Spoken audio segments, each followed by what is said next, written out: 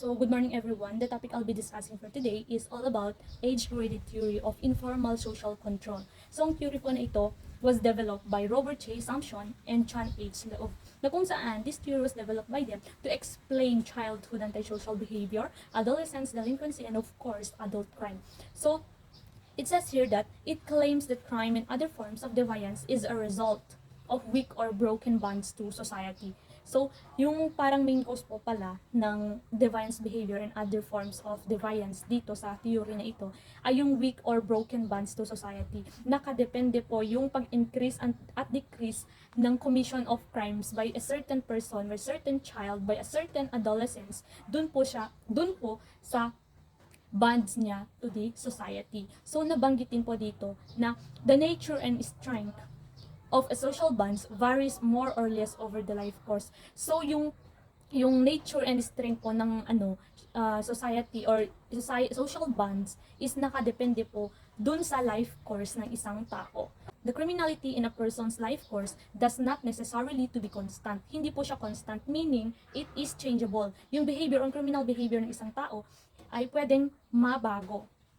So, ibig sasabihin ko maya kung paano mabago or ano yung gagawin nila, kung bakit nababago yung mga criminal behavior nila. So, it is also a biographical turning point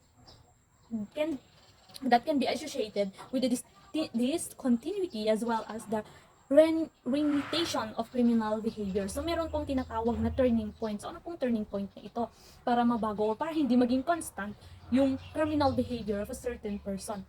So, turning points are abrupt and radical turnarounds or changes in life history that separate the past from the future, such as marriage, parenthood, taking a permanent and employment. So, ito po pala yung mga changes in life history that separate the past from the future. So, through this turning point, parang masa-separate mo yung past mode dun sa future. Kasi for example, ang isang bata, nakapag-engage siya ng criminal activities during his or her childhood kasi hindi maganda yung parenthood niya, nakasama siya ng mga peers which is very active sa mga criminal activities. So, nagkaroon siya ng deviant behavior during his childhood.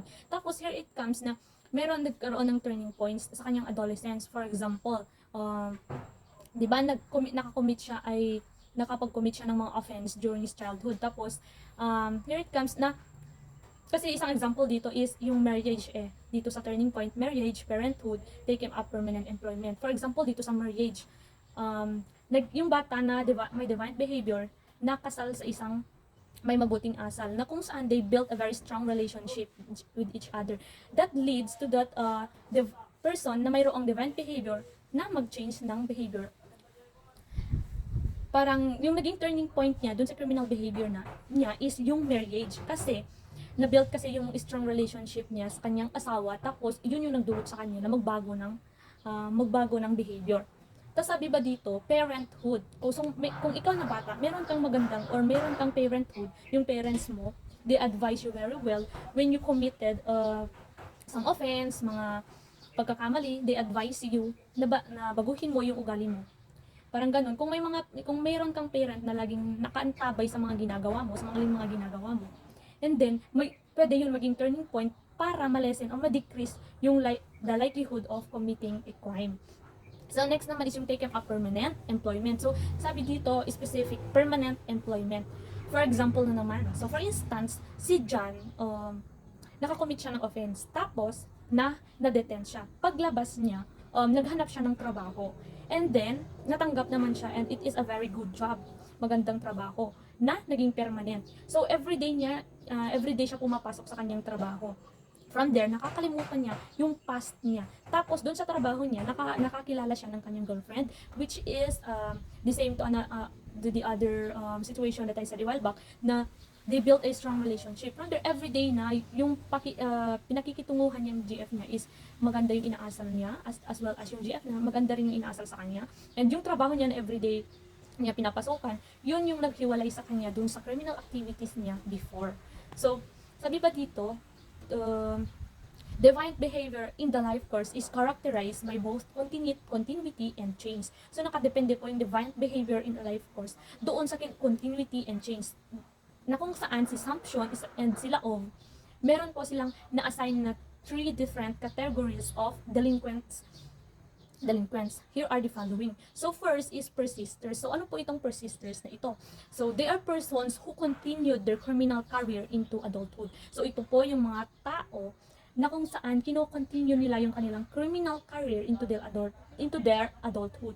So halimbawa, yung bata, wala po siyang magandang parenthood, wala po siyang permanent employment.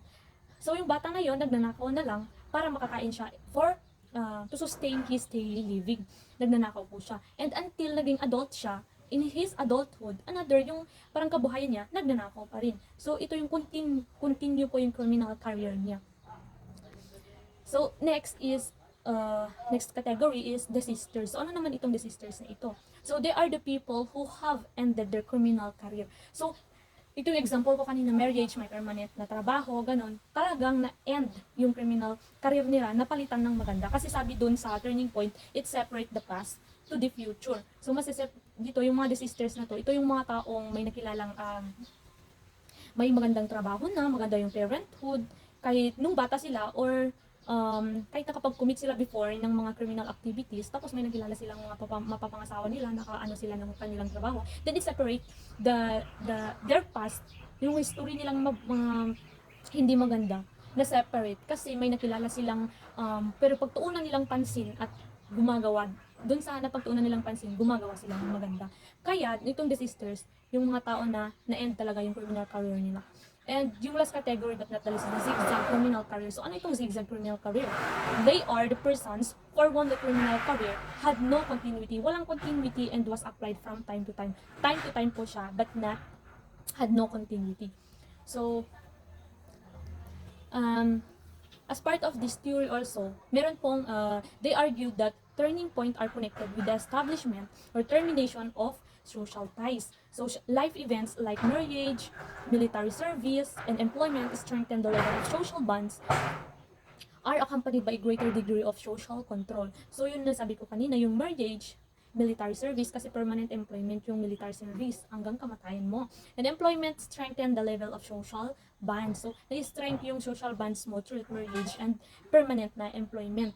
So kapag high yung social ties mo or high yung social bond mo, nadi-decrease po yung the likelihood of committing a crime. Pero kapag for example, mababa yung itong wala kang marriage, there's no marriage, wala kang permanent na work, then, wala kang magandang parenthood, then nai-increase po yung likelihood na mag-commit ka ng crime. So, di ba doon sa itong turning points na ito, marriage, ganon, yung nag-increase ng social bonds ng isang tao. However, may however po siya. This same turning point can also be marked the beginning of an increase in delinquency. Bakit? For instance, the loss of the employment, relationship, or termination of a partnership. So, naikasal ka nga. Nawala nga yung criminal behavior mo kasi na-separate kasi naikasal ka. Pero, nag-divorce kayo. So, anong mangyayari? Siyempre, i-increase na naman yung deviant behavior mo. Meron kang trabaho. Tapos, natanggal ka. So, i-increase po. So, yun yung argued dito sa turning point. But, in conclusion, this age-graded theory of informal social control, so yung concept lang po nito is yung kung bakit nagko-commit ang isang tao. Dahil po yun sa social bonds. Tapos, meron pong turning point kasi hindi po constant yung kanyang criminal behavior. Pwede po siyang magbago. His criminal behavior can be changeable. Kasi meron itong turning point na sinasabi na kung saan sineseparate yung bad history mo, yung history mo, dun sa future mo. For example, nasabi na kanina yung marriage, permanent parenthood. Kung meron kang magandang ganon, maiiwasan po yung criminal behavior or matatanggal or mapapalitan mo po yung criminal behavior mo into a good one. Ganun po. That's all. Thank you everyone.